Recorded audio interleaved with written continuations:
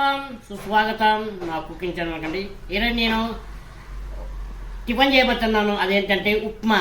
అది ఏ ఉప్మా మీకు చూపిస్తాను, చూద్దాం రండి. అటుకులు ఉప్మా. మన రాయలసీమలో అటుకులు ఉప్మా అంటారు, కర్ణాటకలో అవలెక్కి ఉప్పిట్టు అంటారు, మన తెలంగాణలో కూడా అటుకులు ఉప్మా అంటారు.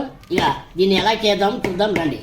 అటుకులు ఉప్మా కావాల్సిన పదార్థాలు అండి, ఇక ఉడకబెట్టిన ఒక ఆలుగడ్డ, ఇక కొత్తిమీర, ఉల్లిపాయలు, పల్లీలు, కరివేపాకు, పచ్చిమిరపకాయలండి.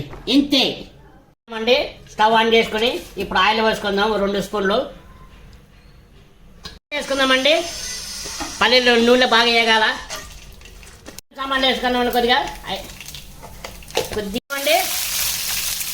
అలాగే పచ్చిమిరపకాయలు వేసుకుందామండి. కొద్దిగా వేగినవ్వండి వేసుకుందామండి, ఉడకబెట్టుకున్నవి. కరివేపాకు వేసుకుందామండి. ఇది కొద్దిగా కలుపుకుందాం. ఆలుగడ్డ వేస్తే చాలా బాగుంటుందండి అటుకులు ఉప్మాలకి. వేసుకుందామండి. ఇది కొద్దిగా కలుపుకుందాం. ఉప్పు వేసుకుందామండి, మనకి ఎంత కావాలంత అండి. స్టవ్ సిమ్లో పెట్టేసి మనం అటుకులు నానుకుందాం. నీళ్ళు పోసుకుందామండి మొత్తం ఒక్కసారి. మరి ఎక్కువసేపు నానకూడదండి. ఇది ఇందులో వేద్దామండి. ఇది పొడిగా ఉండాలండి, మరి ముద్దలాగా ఉండకూడదు. మిక్స్ చేసుకుందామండి మొత్తం ఒకసారి.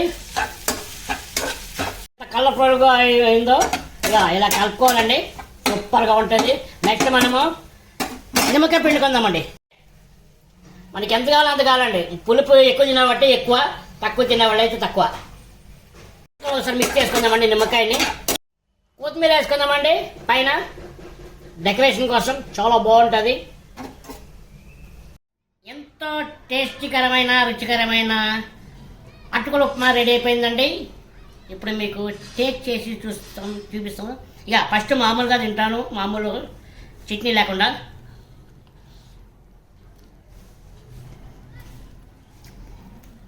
ఓకే, చట్నీ తోటి ఇవ్వండి.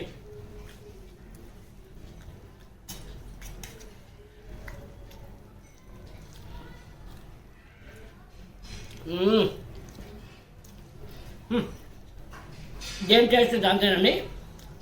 మీరు కూడా ఇలా చేసుకుని తిని ఇలాగుందో మీరు కూడా ట్రై చేసేసి, అలాగే పోతూ నా ఛానల్ని లైక్, షేర్, సబ్స్క్రైబ్ చేసుకుని ఆ బెల్ ఐకాన్ కొట్టండి.